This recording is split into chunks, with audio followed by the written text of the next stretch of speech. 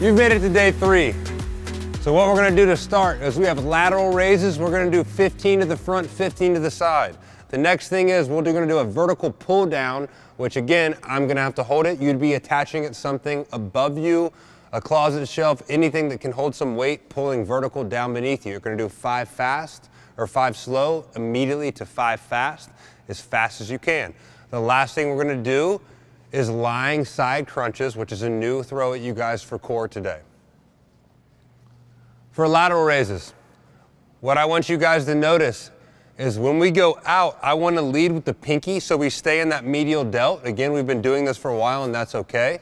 We're going to go 15 to the side, go nice and lightweight, even if it has to be body weight. She's reaching out to the side of her like she's trying to hold up support beams to where we really activate that medial delt. Say we just did 15, boom, turn sideways. Now we're gonna go a front raise, which you're gonna focus on the front part of your shoulder, but at the same time, focusing in the middle of that back as well. Go ahead and go. We have 15 straight out in front of us. I want you to squeeze your butt, anchor your glutes to the ground, and go straight out and almost reach in front of you as well as you go. 15 reps. Good. Next, we have the seated pull down. One of my favorite exercises. If we don't have a chin-up bar or access to it, this is a great addition to that. So what we can do is I'm gonna stand up. This would be where the support beam goes. What we're gonna do is 5 slow and 5 fast.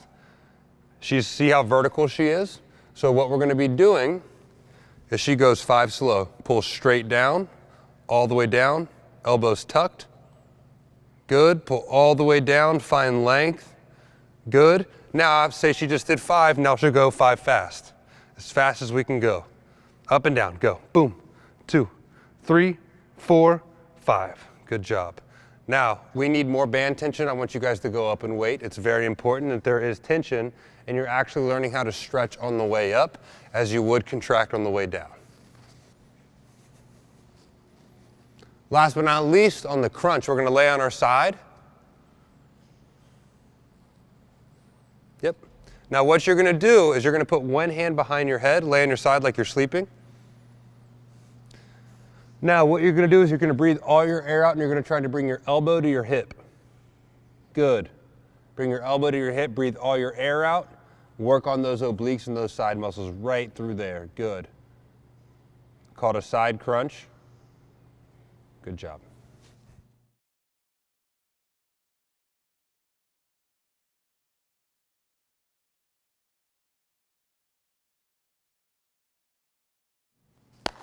Our next thing, we have running in place for 45 seconds. If you want to crank the music up, I want you guys going full speed as fast as you can, throwing those elbows back as fast as you can, pumping your knees in place. Right after that, we have seated med ball rotations, or also known as a Russian twist. So what we're going to do is you're going to find a line if you can. We're going to go up and down as fast as we can for 45 seconds. Ready? Go. High knees, fast elbows. I want you running as fast as you can. Punch your feet down through the ground and rest. All right, we're gonna go ahead and sit down. We have seated med ball rotations, also known as Russian twist. So what you're gonna see, the more the stronger your core is or your lower back is, you're gonna be able to elevate your feet and hold that position as you do it. If not, lean further forward, ground your feet, and we're gonna rotate from the lower spine here, not just here. You're gonna actually rotate from that lumbar spine right through here. Good. Now, you can tap it, or once you feel comfortable, you can actually start to throw that ball as you rotate.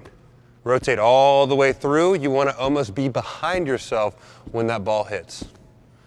Good job.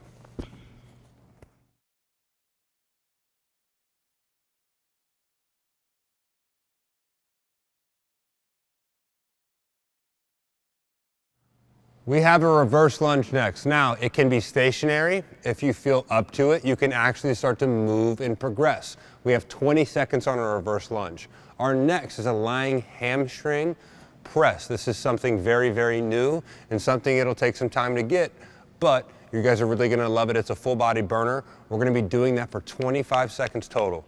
And the last thing we have is 15 hip circles each way, and that's how we're gonna finish off our workout.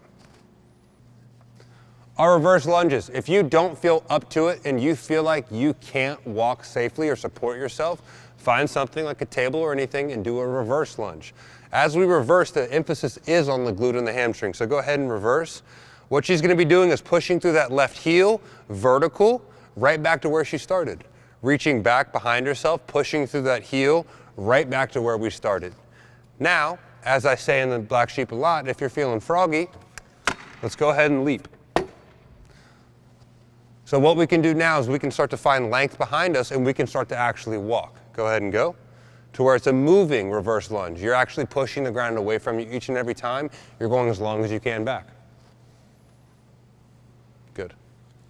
Next exercise on the list is a lying hamstring bridge press. I know it sounds like a lot, so she's going to walk her heels out so it's a hamstring bridge a little further. Good.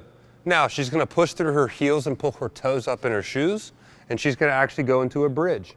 Here's your hamstring bridge press right here. Press all the way up, all the way down.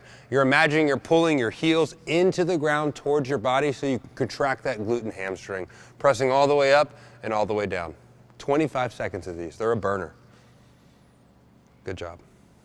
Another one of our favorites, we have hip circles. 15 clockwise, 15 counterclockwise. The emphasis is on the foot that's on the ground with the glute and actually range of motion with the foot's up top. So we're going to do 15 each way. You don't have to do big circles to start. As you get more confident, queens, kings, as we go, we should be getting bigger and bigger and bigger with our circles. We can start minimal, but we get bigger and bigger and bigger. 15 right, 15 left, however you want to think about it. 15 counterclockwise, 15 clockwise. Good.